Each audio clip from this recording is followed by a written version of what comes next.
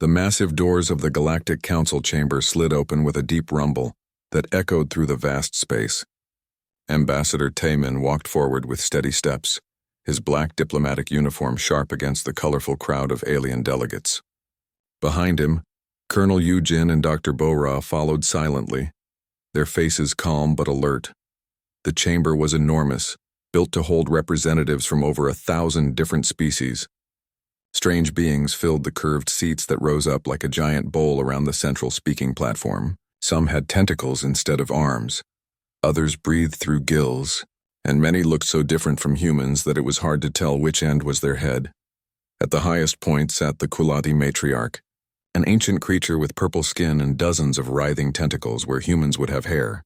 Her species had been traveling between stars for over 10,000 years, and she believed this gave her the right to tell everyone else how to live.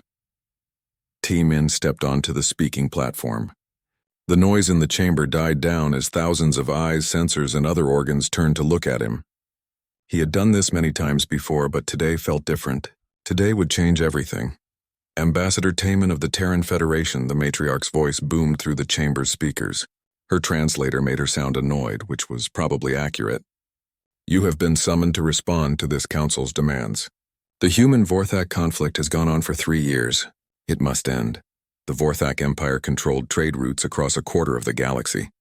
They were a warrior species that looked like giant insects standing on 2 legs, with razor-sharp claws and no patience for diplomacy.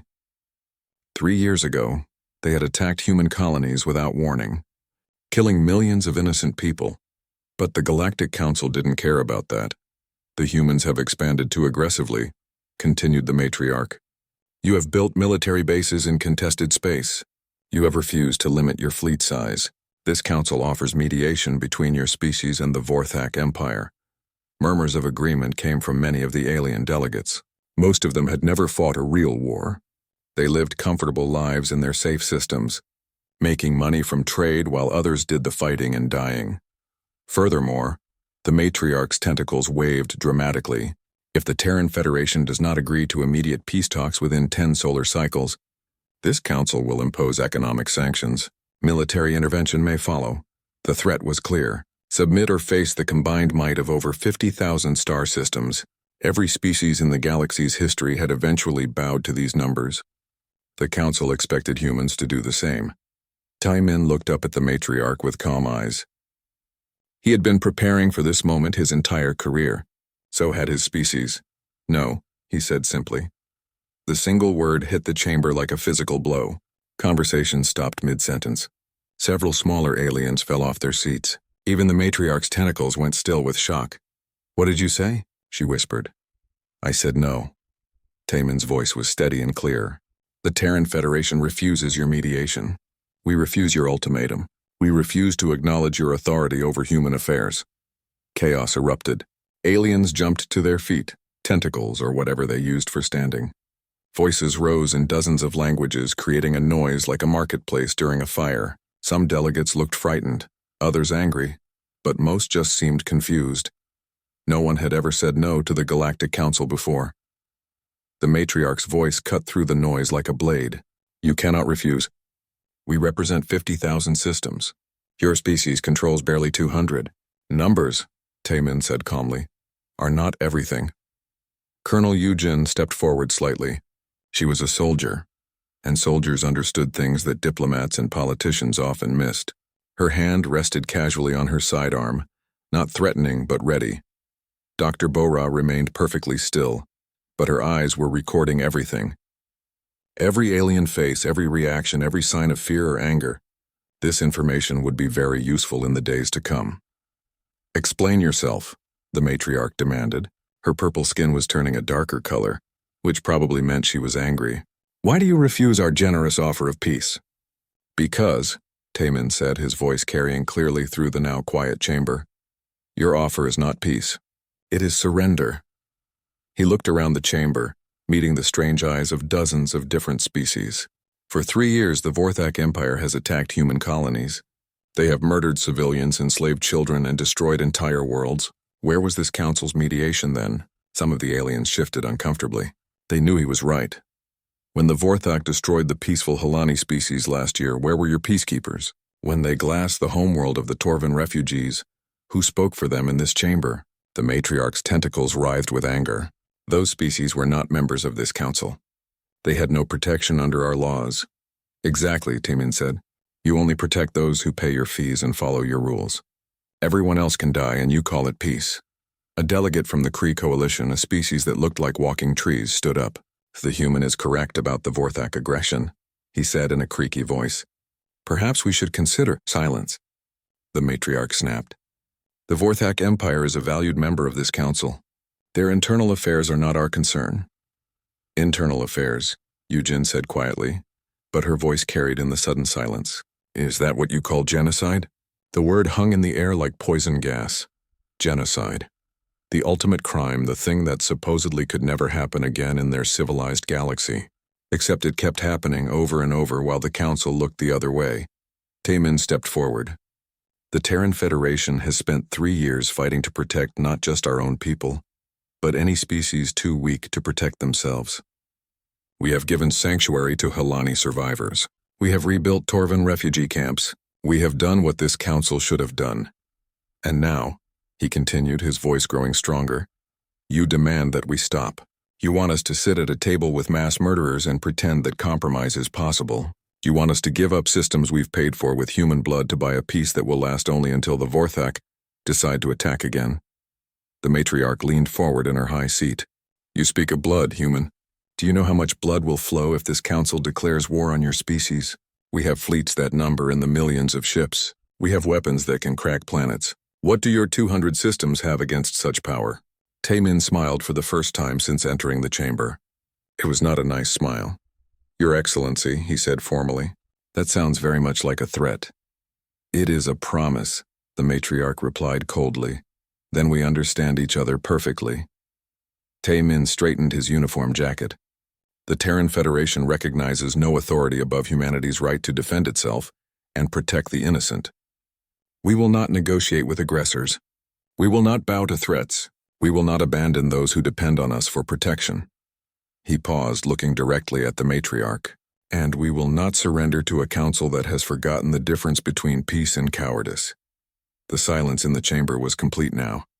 Even the background hum of life support systems seemed to have stopped. You are making a terrible mistake, the matriarch said softly. No, Taemin replied. You are. He turned and walked toward the exit, Yujin and Bora falling into step beside him. Behind them, the chamber erupted into chaos once again, but the 3 humans didn't look back. As they reached the massive doors, Taemin spoke just loud enough for the nearest aliens to hear. Tell the Vorthak Empire that if they want to end this war, they know where to find us. We'll be waiting. The doors closed behind them with a final, definitive boom. In the chamber, the matriarch stared at the closed doors with growing dread. In all her centuries of life, no species had ever simply walked away from the council's authority. She had no idea that this was exactly what humans had been hoping she would say.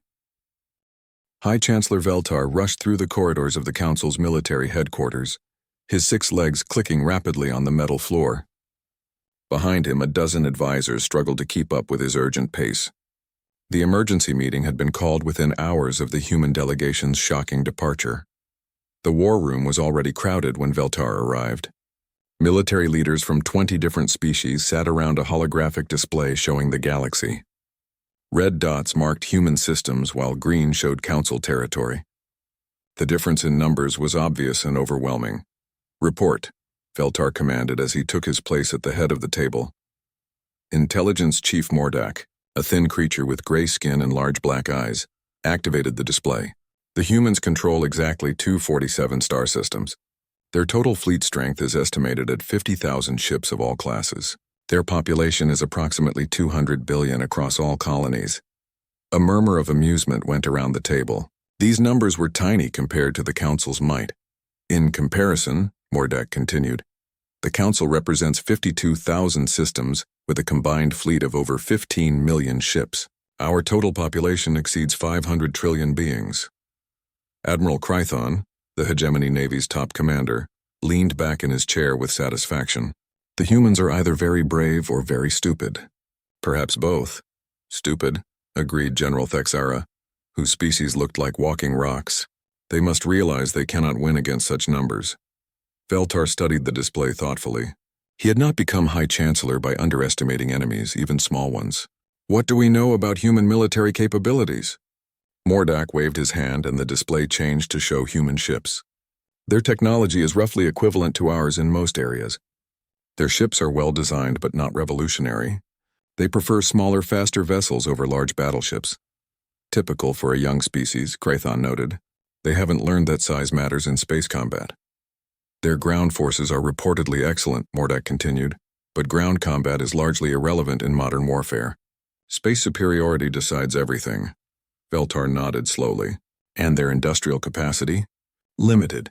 They simply don't have enough systems to match our production capabilities. Even if every human system were converted to pure military manufacturing, they could not build ships fast enough to replace their losses. The mood in the room grew more confident. Several officers were actually smiling now, if their species had that ability. So we are dealing with a species that has let emotion override logic, Veltar concluded. They are angry about the Vorthak attacks and have convinced themselves they can fight the entire galaxy. It happens sometimes with younger species, agreed Dr. Zephyra, the Council's chief xenopsychologist. They achieve spaceflight and begin to think they are invincible. Reality usually teaches them otherwise. Meanwhile, far across the galaxy on Earth, President Haiwan stood before the Global Assembly in Geneva. The ancient building had been expanded several times to accommodate humanity's growing population, but it still felt intimate compared to the massive alien structures humans had seen. My fellow citizens, she began, her voice broadcast to every human world simultaneously. Today we crossed a line that we can never uncross. The Galactic Council has demanded our surrender and we have refused. The assembly was quiet. Everyone knew this moment had been coming for months. Some of you may wonder if we have made the right choice. The aliens have more ships, more worlds, more soldiers. On paper, they should be able to crush us without effort. She paused, looking out at the faces of humanity's elected representatives. But they don't understand what they're dealing with. They see our small numbers and assume we are weak. They see our young civilization and think we are naive. They have made a critical error in judgment. In the secure briefing room beneath the assembly hall, General Dongwu was explaining that error to the cabinet. For the past 50 years, he said, gesturing to a three-dimensional map of human space, we have been preparing for this exact situation, not because we wanted war, but because we learned from history that the strong always try to dominate the weak. Defense Minister Kang Ho leaned forward. What do you mean, preparing? Project Phoenix, Dongwu replied. While we were sending diplomats and traders to alien worlds, we were also mapping their defenses, studying their tactics, and identifying their weaknesses. The map changed, showing not just human systems but detailed intelligence on hundreds of alien worlds. Every trade mission included intelligence officers. Every diplomatic exchange gave us access to their computers and communication networks. Every cultural program let us study their psychology and decision-making processes. Dr. So Young, head of the Human Enhancement Program, stood up next. And while we were learning about them, we were also improving ourselves. She activated a display showing human soldiers in training. They moved with speed and precision that seemed almost superhuman. Ethical genetic optimization has increased our soldiers' reaction times by 300%. Neural interface technology allows perfect coordination between units. Psychological conditioning has eliminated panic responses while maintaining empathy and moral reasoning. But the real advantage, added Admiral Si Jin, is something they can't measure or counter. We fight for something they don't understand. Which is? Asked the president. We fight for the right to exist as free beings. They fight to maintain their comfortable status quo. When survival is at stake, humans become very dangerous. Back in the council chambers, the emergency session was reaching its conclusion. Veltar had heard enough to make his decision. The humans have chosen defiance over wisdom, he announced. We will show them the consequences of that choice. The vote was quick and overwhelmingly one-sided. Economic sanctions would begin immediately. All trade with human systems would be banned. Any species caught dealing with humans would face punishment. And if the sanctions fail? Asked Admiral Krython. Then we remind the galaxy why no one defies the Council, Veltar replied. Prepare the fleet. If the humans want a demonstration of our power, we will provide one. The aliens filed out of the war room, confident in their superiority and certain of quick victory. They had run the numbers, studied the odds, and reached the obvious conclusion. But they had missed something important. Numbers and statistics could tell them how many ships humans had, but not what those ships could do. Data could show them human population figures, but not what those people were capable of when pushed to the edge. Most critically, they had assumed that humans would fight like every other species they had encountered. They expected conventional tactics, predictable strategies, and rational surrender when the odds became impossible. On Earth, President Haiwan received the news of the Council's sanctions with a slight smile. "Good," she said to her advisors. "Let them think they're punishing us." General Dongwu nodded. "Phase 2 is ready to begin, Madam President. Then begin it. And send a message to all human colonies. What should it say?" "The same thing our ancestors said when they faced impossible odds," she replied. "We tried diplomacy. You chose war." In the depths of space, hidden ships began moving toward their targets. Sleeper agents activated across the galaxy.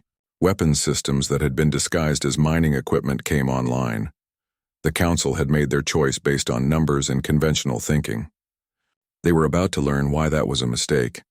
Humans had been planning for this war since the day they first met an alien species. Not because they wanted it, but because they understood something the comfortable, established powers of the galaxy had forgotten. Sometimes the only way to keep the peace was to be willing to break things.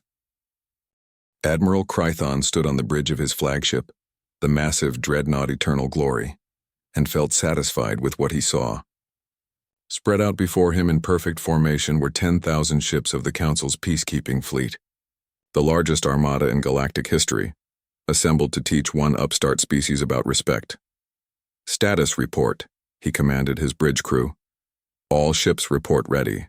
"Admiral," replied his tactical officer, a creature with 4 arms who could operate multiple control stations at once. "We are approaching the outer edge of human space." "Excellent. Open a channel to all ships." The communication system crackled to life, connecting Krython to 10,000 ship commanders across dozens of species. He had fought in many wars during his long career, but none had felt this easy. "Warriors of the Council," he announced, "today we restore order to the galaxy. The humans have chosen defiance over wisdom, war over peace. We will show them the error of their ways." Approving sounds came back over the comm system. Growls, clicks, whistles, and other noises that meant agreement in various alien languages. "Remember," Krython continued, "we are peacekeepers. Destroy their military installations and disable their ships, but avoid civilian targets. We want them to surrender, not to hate us forever." He closed the channel and turned to his navigation officer. "Set course for the Troy system. Intelligence reports it's a major human military outpost." The fleet moved forward, their ships blotting out the stars. It was an impressive sight, the kind that had convinced hundreds of species to join the Council peacefully rather than face such overwhelming force. But as they approached the Troy system, something felt wrong. "Admiral," his sensor operator called out, "I'm reading strange energy signatures ahead." Krython frowned. "Define strange." "Multiple contacts, but they're not moving like ships. They appear to be drifting." The main display activated, showing what their sensors detected. The Troy system looked almost empty except for the usual asteroids, gas clouds, and space debris that accumulated in any star system over millions of years. "Where are the human defenders?" Krython wondered aloud. "Perhaps they fled when they detected our approach," suggested his tactical officer. "No," the Admiral said slowly. "Humans don't run. Intelligence reports show they've never retreated from a single battle in their war with the Vorthak. But there was nothing to do except continue forward." The fleet entered the system in battle formation, ready for anything. Hidden in the shadow of a large asteroid, Commander J-Ho watched the alien fleet through his ship's passive sensors. The Inchin's Revenge was completely invisible to alien detection systems, its hull coated with materials that absorbed energy rather than reflecting it. "All units, this is command," he spoke quietly into his helmet comm. "The fish have entered the net. Begin Phase 1. Scattered throughout the system, dozens of other stealth ships received the message. They had been waiting in the cold and dark for weeks, their crews sustained by determination and recycled air. Lieutenant Yuncio, piloting her modified fighter, smiled grimly inside her helmet. "Finally," she whispered. "Time to show these aliens what humans can do." The alien fleet continued deeper into the system, their sensors searching for targets that weren't there. Admiral Krython was beginning to feel uneasy when his tactical officer suddenly shouted an alarm. "Contact. Multiple objects approaching at high velocity." "From where?" Krython demanded. "Everywhere, Admiral. They're coming from all directions." The objects weren't ships. They were chunks of metal and rock that had been launched months earlier from hidden platforms throughout the system. They moved in complete silence through the vacuum of space, invisible until they were almost on top of their targets. But these weren't ordinary meteors. Each one had been carefully shaped and accelerated to a significant fraction of light speed. When they hit with the force of nuclear weapons. The first impacts lit up the alien formation like deadly fireworks. Massive battleships built to withstand energy weapons and missiles, crumpled like paper when struck by projectiles moving at relativistic speeds. "Evasive action," Krython screamed, but it was too late. The projectiles had been launched to intercept the fleet's most likely positions, and alien tactics were predictable. More impacts followed. The beautiful formation dissolved into chaos as captains tried desperately to avoid the invisible death raining down on them. Commander J-Ho watched the destruction with professional satisfaction. "Phase 2, all units. Hit them while they're confused." The human stealth ships emerged from their hiding places like deadly ghosts.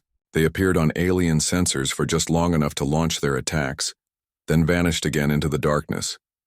Yuncio's fighter squadron struck at the alien command ships with surgical precision. Their weapons were designed to disable rather than destroy, cutting through communication arrays and sensor systems with focused plasma beams.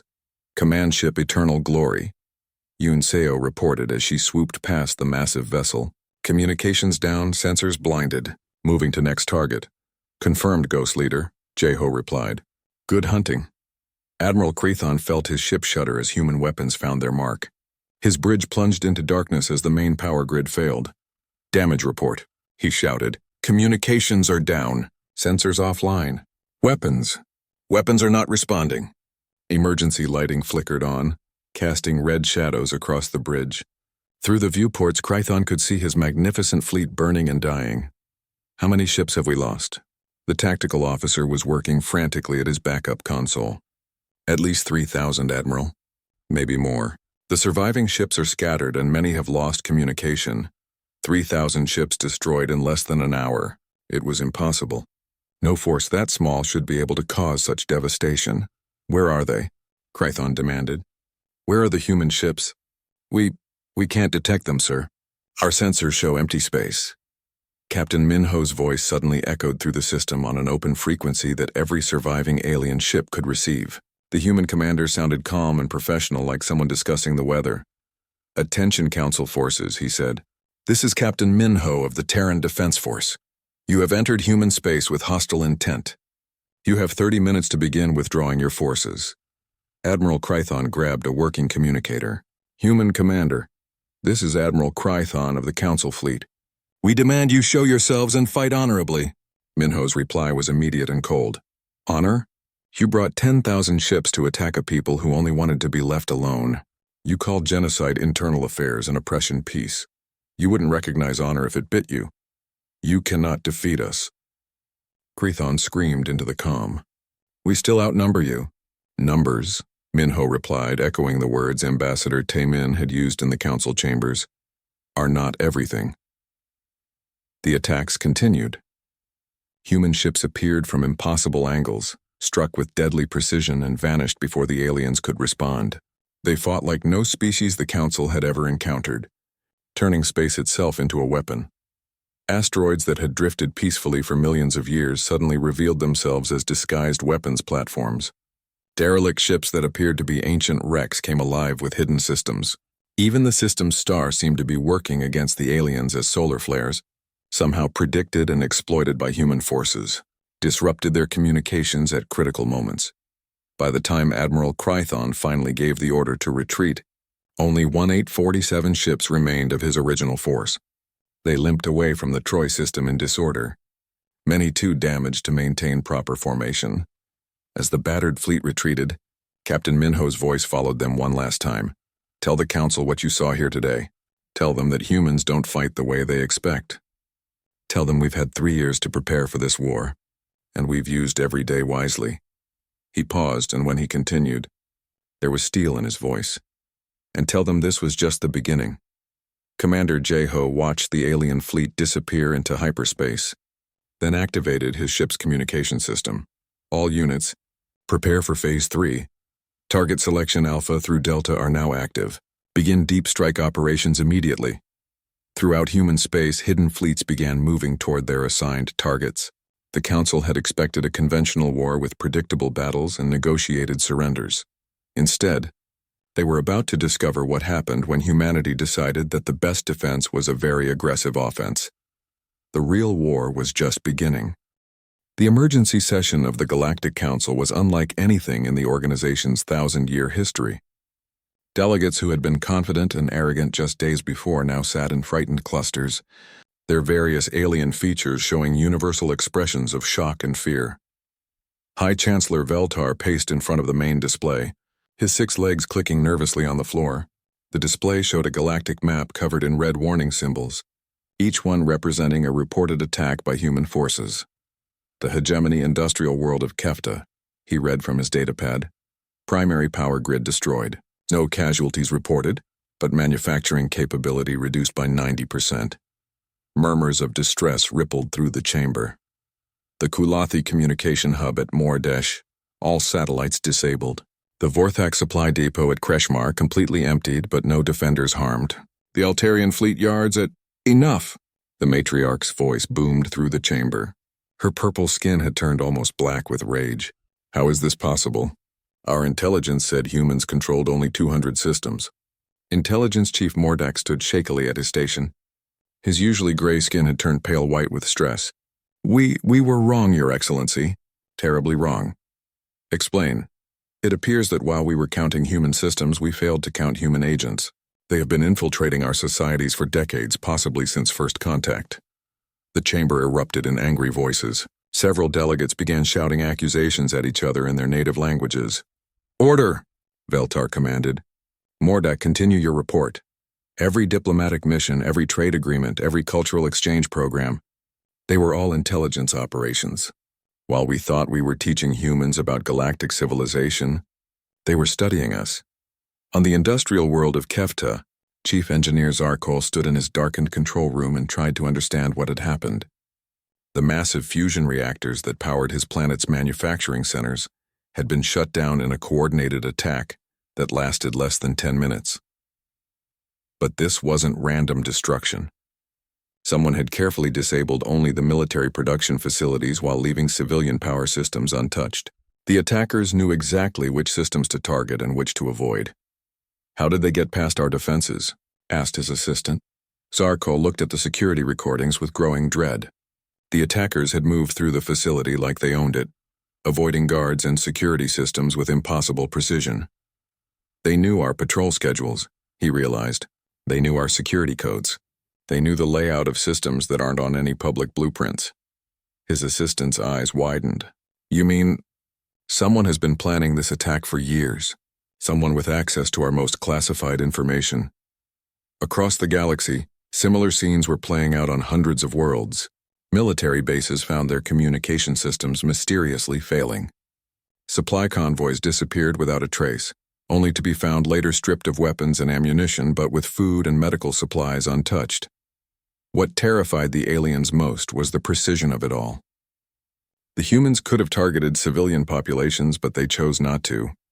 They could have caused mass casualties, but they avoided them. The message was clear. This was a demonstration of capability, not cruelty.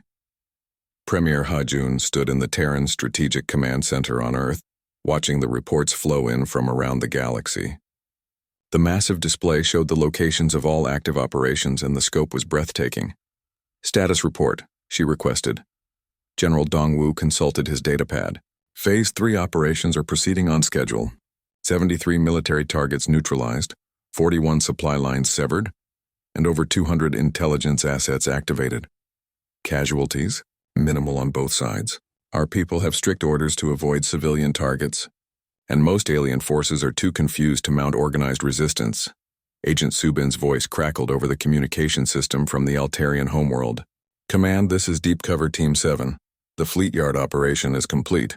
All new ship construction has been halted, but we left their repair facilities intact. Confirmed, Team 7, replied Hajun. What's the local response? Confusion mostly. They can't understand how we knew where to strike. 3 decades of cultural exchange programs, and they never suspected that our anthropologists were also reconnaissance specialists. Dr. Kyung-soo, head of the Alien Psychology Division, looked up from his analysis. The psychological impact is exactly what we predicted. They're not just afraid of our military capabilities. They're terrified that we understand them better than they understand themselves. Meanwhile, Major Chanwoo was leading a strike team through the corridors of a Vorthak military command post.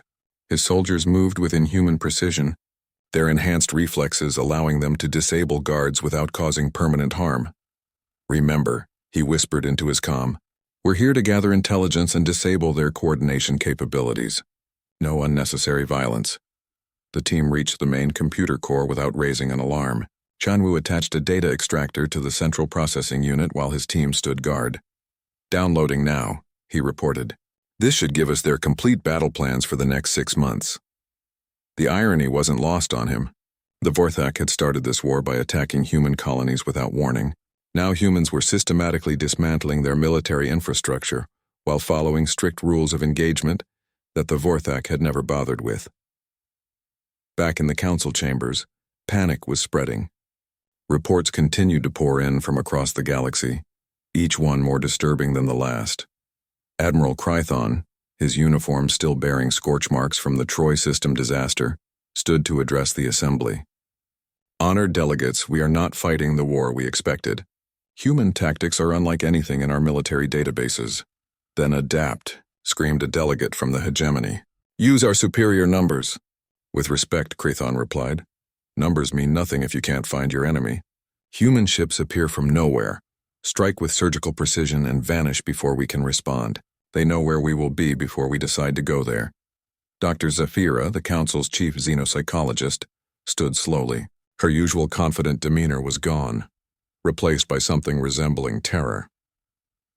I have spent my career studying alien species, she announced, but I have never encountered anything like human strategic thinking.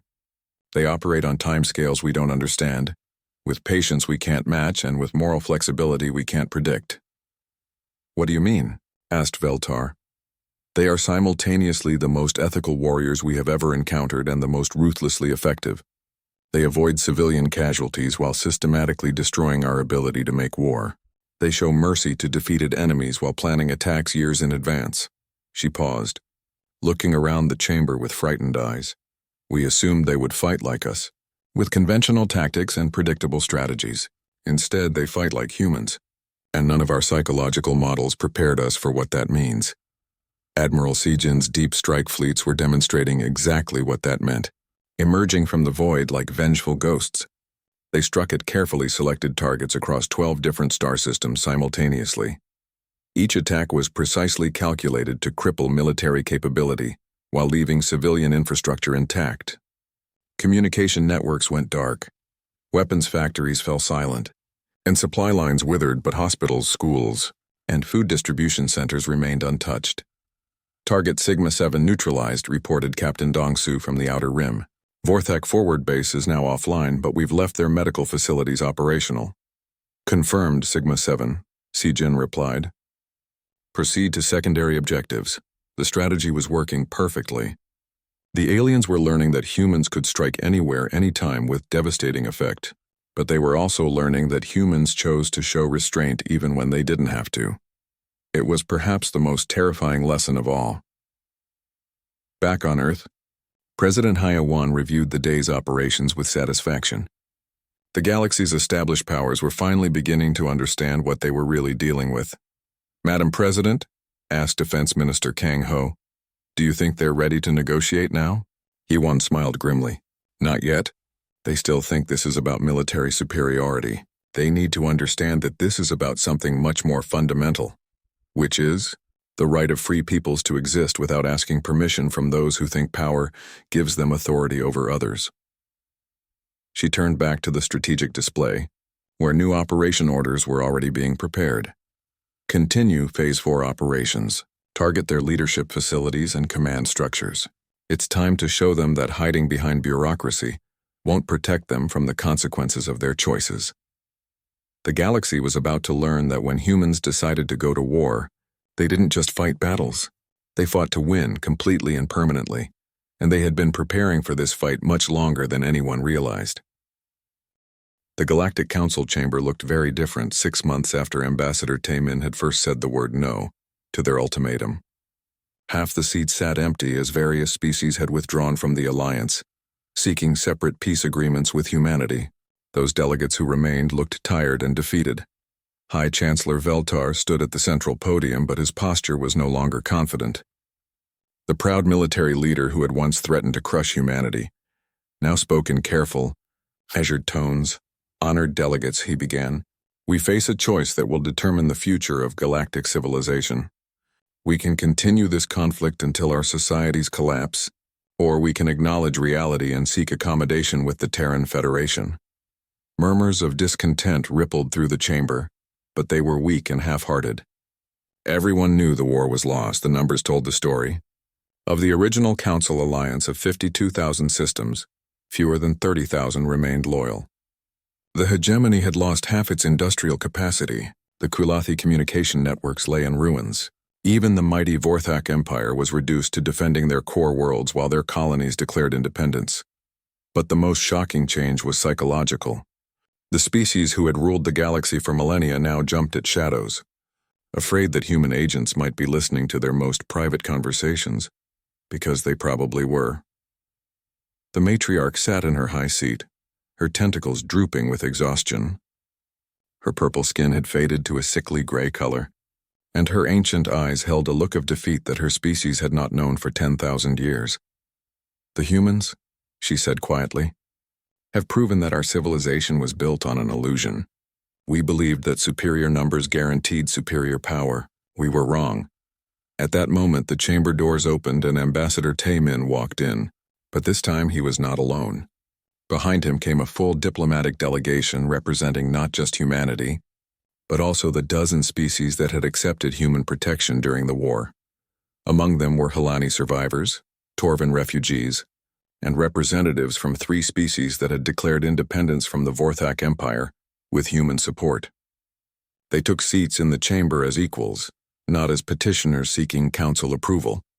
"Your Excellency," Taemin said formally to the matriarch, "the Terran Federation is prepared to discuss terms for ending this conflict." The word terms sent a chill through the assembly. For the first time in galactic history, aliens would be negotiating from a position of weakness with a human species. President Haiwan's voice came through the chamber's communication system from Earth. Her tone was calm but firm, carrying the authority of someone who had just won an impossible war.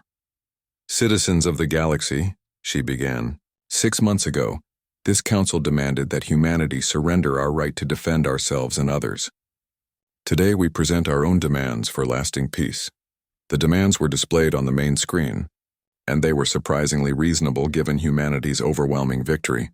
First, the Vorthak Empire will immediately withdraw from all conquered territories and pay reparations to the species they attempted to destroy. Second, any species wishing to leave the Council and govern themselves may do so without interference. Third, the Council's military forces will be reduced to defensive levels only. She paused, allowing the terms to sink in. Fourth, a new galactic charter will be established recognizing the fundamental right of all intelligent species to exist free from oppression, with humanity guaranteeing that right for those too weak to defend themselves. The chamber erupted in whispers and nervous conversations. The terms were harsh but not vindictive. Humanity was not seeking to dominate the galaxy, only to reshape it according to principles of justice and self-determination. Admiral Krython stood slowly, his pride as a military commander warring with his pragmatic understanding of reality. "What guarantee do we have that humanity will not abuse this position of power as we did?" General Dongwu's image appeared on the display, transmitting from the Terran Military Command Center. "Admiral," In 6 months of warfare, human forces have destroyed over 8,000 military installations and disabled 15,000 ships. In all those operations, civilian casualties number fewer than 500 beings, and most of those were accidental. He let that sink in before continuing. If we wanted to commit genocide, we had ample opportunity. If we wanted to enslave your populations, we could have done so. Instead, we targeted only military assets while providing humanitarian aid to refugees and displaced civilians. Dr. Bora stepped forward from the human delegation. Our xenobiology teams have spent decades studying every species in the galaxy. We know your weaknesses, your fears, your biological needs. We could have weaponized that knowledge in terrible ways. She gestured to the mixed delegation behind her. Instead, we used it to provide medical aid, food supplies, and shelter to those who needed help. That is the difference between human power and the power you are accustomed to. The Vorthak delegate, a massive insectoid warrior whose species had started this entire conflict, clicked his mandibles in what might have been laughter or despair. You have defeated us completely, he admitted. Our empire is broken, our military destroyed, our trade routes severed. Why do you not simply exterminate us and take our worlds? Captain Minho, the hero of the Troy system battle, answered from his ship somewhere in deep space. Because that would make us no better than you. Humans fight to protect the innocent, not to replace one form of tyranny with another. The debate continued for hours, but the outcome was never in doubt. The Council had no choice but to accept humanity's terms. They lacked the military power to continue fighting and the economic strength to resist human-imposed sanctions. But as the formal surrender documents were signed, something unexpected happened. The Kree Coalition delegate, one of the first to withdraw from the Council, stood to address the chamber. I speak for many smaller species when I say that this day marks not humanity's conquest of the galaxy, but its liberation. For too long, we have lived under the protection of powers that saw us as resources to be managed, rather than people to be respected. Applause broke out among the delegates representing smaller species. Even some of the former council members joined in, recognizing the truth in his words. Ambassador Taemin raised his hand for silence. The Terran Federation does not seek to rule the galaxy. We seek only to ensure that never again will the strong be permitted to prey upon the weak simply because they can. The final ceremony took place not in the council chambers, but on the world of New Helios, one of the planets that had been scheduled for Vorthak colonization after the genocide of its native population. Instead, it had become a symbol of hope and renewal. President Hayawan stood in a field where Helani children played alongside Torvan youngsters and human kids, all learning together in schools protected by Terran Defense Force shields. This, she said to the assembled representatives of dozens of species, is what we fought for. Not conquest, not dominance, but the simple right of all intelligent beings to live, grow and flourish without fear. Dr. Kyung-soo, watching from the crowd, smiled as he observed the interactions between different species. His psychological models had predicted this outcome, but seeing it in person was still remarkable. The galaxy had learned that humanity's greatest strength was not their technology or their tactics, but their absolute refusal to allow evil to triumph through inaction. They had shown that sometimes the most peaceful thing you can do is make war impossible for those who would abuse it. As the ceremony concluded and the various delegates prepared to return to their worlds, Admiral Sijin stood on the bridge of her flagship and looked out at the stars. Scattered throughout the galaxy, human ships maintained their patrol routes, ensuring that the peace they had fought for would be preserved. All stations. "This is Admiral Sijin," she announced to the fleet. "Stand down from combat alert. Resume standard peacekeeping operations." The response came back from hundreds of ships. "Acknowledged, Admiral." Peacekeeping operations resumed. But everyone understood what that really meant. The galaxy now had guardians who would ensure that the strong could no longer prey upon the weak with impunity. The age of casual oppression was over. And if anyone doubted humanity's commitment to that principle, they need only look at the memorial erected in the center of New Helios. It bore a simple inscription in dozens of languages. Here stands the proof that no species is too small to matter, no people too weak to deserve protection, and no evil too powerful to defeat if good people are willing to stand up and fight for what is right. Below that, in smaller text, were the words that had ended the war. We tried diplomacy. You chose war. We chose to win. The galaxy was finally at peace. A real peace. built not on the surrender of the weak to the strong, but on the promise that strength would be used to protect rather than exploit. And humanity stood ready to keep that promise, no matter what the cost.